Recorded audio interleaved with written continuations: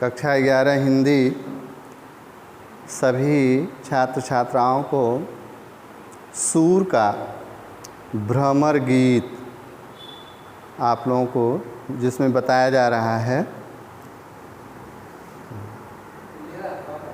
आप लोगों को जो है ये एक पद पढ़ा दिया गया है। उसके पश्चात दूसरा पद है बिनु गोपाल बैरिन भय कुंजय, तब वै लता लगति तन शीतल, अब भय विषम ज्वाल की कुंजय। गोपियाँ कहती हैं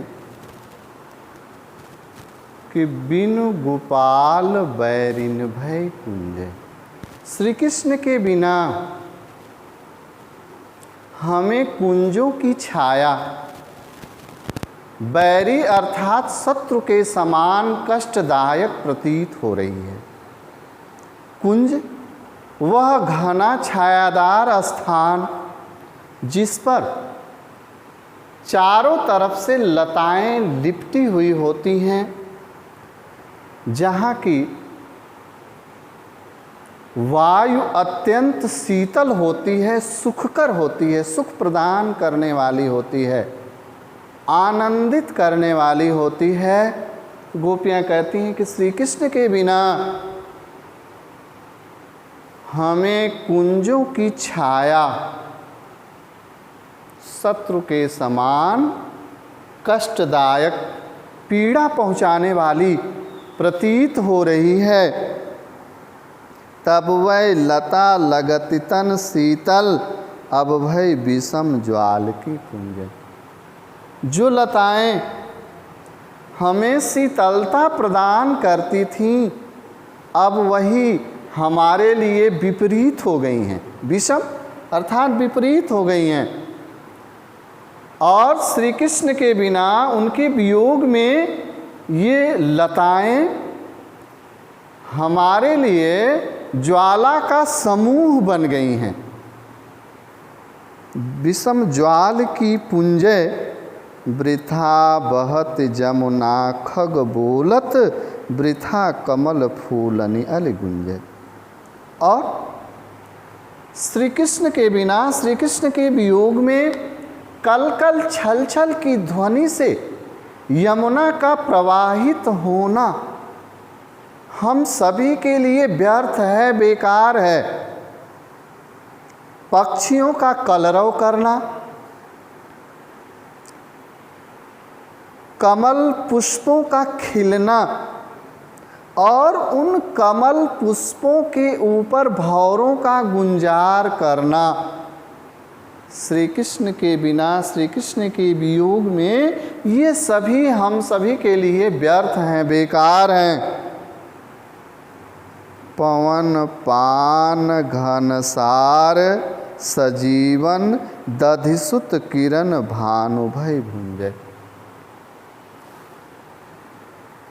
गोपियाँ कहती हैं कि श्री कृष्ण के संयोग के साथ जो जो वस्तुएं हमें सुख प्रदान करती थीं, आनंद प्रदान करती थीं, जो शीतलता प्रदान करती थीं, वे वस्तुएं जो है हम सभी को कष्टकर प्रतीत हो रही हैं। पवन, हवा जो शीतलता प्रदान करता है, वह हवा आज हमें कष्ट प्रदान कर रही है। पान जो शीतलता प्रदान करता है, वह भी जो है हमें कष्टकर प्रतीत हो रहा है। घनसार और कपूर जो शीतलता प्रदान करता है। सजीवन, दधिसुत किरण भानु भय भुंजय और चंद्रमा की किरणें, ये सभी हम सभी को सूर्य के समान, सूर्य की किरणों के समान दाहक प्रतीत हो रही हैं, जलाने वाली प्रतीत हो रही हैं। यह ऊधव कहियो माधव सो, मदन मारि कीन्हे हम लुंजय। हे उद्धव जी, आप श्री कृष्ण से हमारा यह संदेश जाकर के कहना, हमारा संदेश जाकर के आप कहिएगा कि कामदेव हम सभी के शरीर के ऊपर आघात करके, मार मार करके हमारे शरीर को लुंज पुंज अर्थात शक्तिहीन बना दिया है। सूरदास प्रभु तुम्हारे दरस को, मग जोवत अखिया भई छुंजय। सूरदास जी कहते हैं कि गोपियाँ कहती हैं कि हे प्रभु, आपका दर्शन प्राप्त करने के लिए रास्ते का, मार्ग का इंतजार करते करते हमारे आँखों की ज्योति भी, हमारे आँखों की देखने की शक्ति भी क्षीण हो गई है। हमारे हरिहारिल की लकड़ी। गोपियाँ कहती हैं कि हम सभी गोपियों के लिए भगवान श्री कृष्ण हारिल पक्षी के लकड़ी के समान हैं। जिस प्रकार हारिल पक्षी अपने पैरों में, अपने पंजों में लकड़ी के टुकड़े को हमेशा दबाए रहता है, वह उससे कभी भी अलग नहीं होता, उससे च्युत नहीं होता।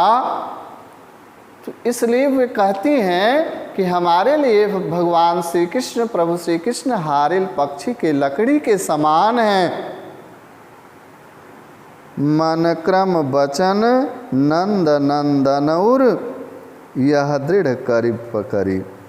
वे कहती हैं कि हम सभी भगवान श्री कृष्ण को मन से, कर्म से, वचन से, नंद नंदन को अपने हृदय में दृढ़ता के साथ उन्हें पकड़ रखा है, अर्थात दृढ़ता के साथ उन्हें अपने हृदय में बसा रखा है।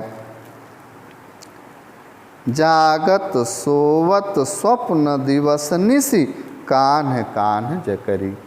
गोपियाँ कहती हैं कि हम सभी जागते, सोते, स्वप्न में, दिन में और रात में कान्ह कान्ह जकरी श्री कृष्ण कह करके बुलाया करती हैं, उन्हें पुकारा करती हैं।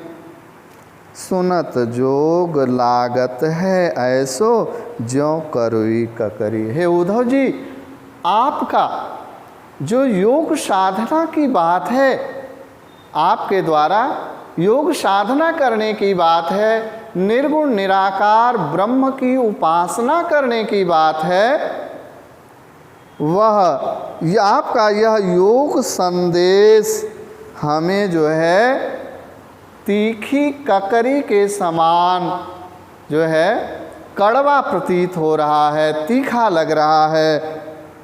सूतो व्याधि हमको लय आए देख सुनी न करी। गोपियाँ कहती हैं कि हे उद्धव जी, आप हम सभी गोपियों के लिए ऐसा रोग लेकर के आए हैं जिसे न तो देखते बनता है, न सुनते बनता है और न ही करते बनता है। यह तो सूरति नहीं लय सौंपो जिनके मन चकरी।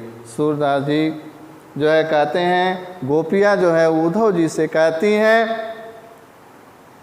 कि हे उद्धव जी, यह अपना योग का संदेश, निर्गुण निराकार ब्रह्म की उपासना का संदेश उन्हीं श्री कृष्ण को ले जा कर के दे दीजिए जिनका मन अत्यंत चंचल है। आज बस इतना ही और धन्यवाद। फिर आप लोगों को अगले दिन बताया जाएगा।